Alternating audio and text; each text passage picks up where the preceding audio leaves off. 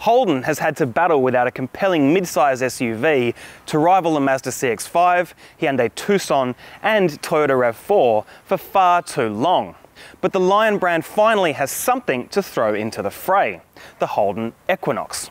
Sold as a Chevy in the United States, but retuned by Holden's engineers to suit our local roads better. It's also the perfect candidate for our latest range review.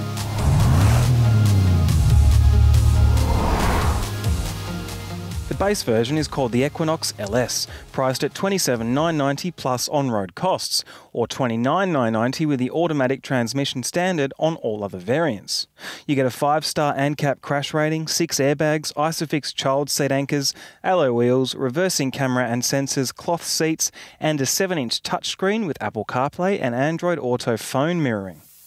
Another $3,000 gets you the Equinox LS Plus, which adds a heap of modern preventative safety features including City AEB, lane keeping assist, forward collision alert, blind spot monitoring, rear cross traffic alert, and a novel seat that actually vibrates when the collision alert activates. Spend another $4,000, walk up to the Equinox LT, and you get extras like 18-inch wheels, an 8-inch screen with sat-nav, heated front seats, climate control, HID headlights, and a shortcut lever in the cargo area to flip the back seats. Backseat occupants also get 2 USB points. Another $3,000 again, and you get the LTZ, moving up to 19-inch wheels, an electric hands-free tailgate, park assist, leather seats, heated front and rear, a wireless phone charging pad, roof rails, LED headlights, and a boosted Bose sound system. Finally, atop the range sits the $46,290 Equinox LTZ-V, rivaling the CX-5 Akera, which adds a panoramic sunroof, ventilated front seats, and a heated steering wheel for Tasmanians in the dead of winter, maybe? There's not a whole lot of visual differentiation between the base LS and the LS Plus that we're in now, which offers a decent amount of equipment for the money. The ergonomics are also good and there's plenty of places to store your stuff, and even the build quality is not too bad. The only downside is that it all looks a little bit austere and uninspiring. While the LS Plus has substance, the mid-range LT has noticeably more glitz. That larger screen with nav modernises things nicely. The LTZ's leather and wireless phone charger, then the LTZ-V's massive sunroof all play their part. The top-end versions have enough fruit to justify edging 50 grand. In terms of legroom and headroom, the Equinox is about on par with class leaders like the Honda CR-V and Nissan X-Trail. All versions also get amenities including rear air vents and flip-down armrest with cup holders. All versions from the LTZ and above also come with 2 rear USB points, a 12-volt input and a 230-volt power point to charge your devices.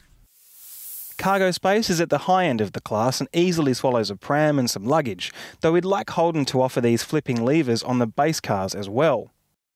Like many cars in this class, you only get a space-saving spare wheel. While we're on gripes, unlike the X-Trail, CR-V or Mitsubishi Outlander, there's no 7-seat option. Powering the 2 entry versions is a 1.5-litre turbo petrol engine which belies the small displacement to make a respectable 127 kilowatts of power and 275 Nm of torque. That latter figure is higher than the CX-5's 2.5-litre naturally aspirated unit. The vast majority of sales will go to the 6-speed automatic transmission with torque converter, which is more refined than the CVTs in some rivals. Befitting the fact that the SUV is the new default family car, this engine is only available in front-wheel drive configuration. The truth is, this little unit is perfectly suitable, with enough mid-range oomph to move 5 people and their gear along without too many dramas. However, for those after a little bit more muscle, there is a potent 2-litre turbo engine at the top of the range. The LT and above have the most powerful engine in the class, giving Holden a real selling point. And the car certainly hammers along, with 10 kilowatts more than its nearest competitor. This 2-litre turbo petrol makes 188 kilowatts of power and 353 Nm of torque, and is matched to a novel 9-speed automatic transmission, with tall top ratios to help conserve fuel. A good thing given Holden suggests you use premium unleaded. It also tows up to 2 tonnes. Note, the all-wheel drive option on the LTZ costs $4,300, while it's standard on the LTZ V. Interestingly, you can also completely decouple the rear axle with the press of a button, which further conserves fuel. However, despite the fuel-saving tech augmented by a commendably smooth stop-start system, the bigger engine struggles to match Holden's claim of 8.4 litres every 100 k's. Fuel misers note, a 1.6 litre diesel engine is on the way. Dynamically, the Equinox strikes a pretty good balance thanks to significant work by Holden's engineers in regional Victoria to make it feel at home on Australia's unusually diverse road network. Urban ride comfort, particularly on the base cars, is excellent because the tyres have plenty of cushioning sidewall. On the other hand, the LTZV's 19-inch wheels definitely take the edge off the ride quality. And they also blow the urban turning circle out to a vaguely ludicrous 12.7 metres.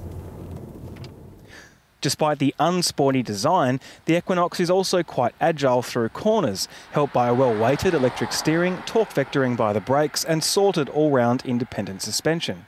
It's in the upper percentile for the class. From an ownership perspective, Holden has one of the biggest dealer networks in the country, and the Equinox also gets cap price servicing with 12-month or 12,000k service intervals.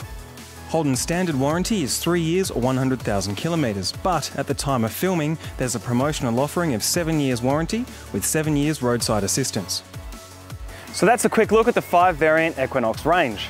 Forget the LS, it's the LS Plus that makes the best starting point, thanks to all that extra active safety tech. We can also understand why you might be drawn to the LTZ and the LTZV on account of the all-wheel drive availability and all that showroom bling. However, you could mount a compelling case that it's actually the LT that strikes the best balance. Head over to caradvice.com to read the written component of this test for more information.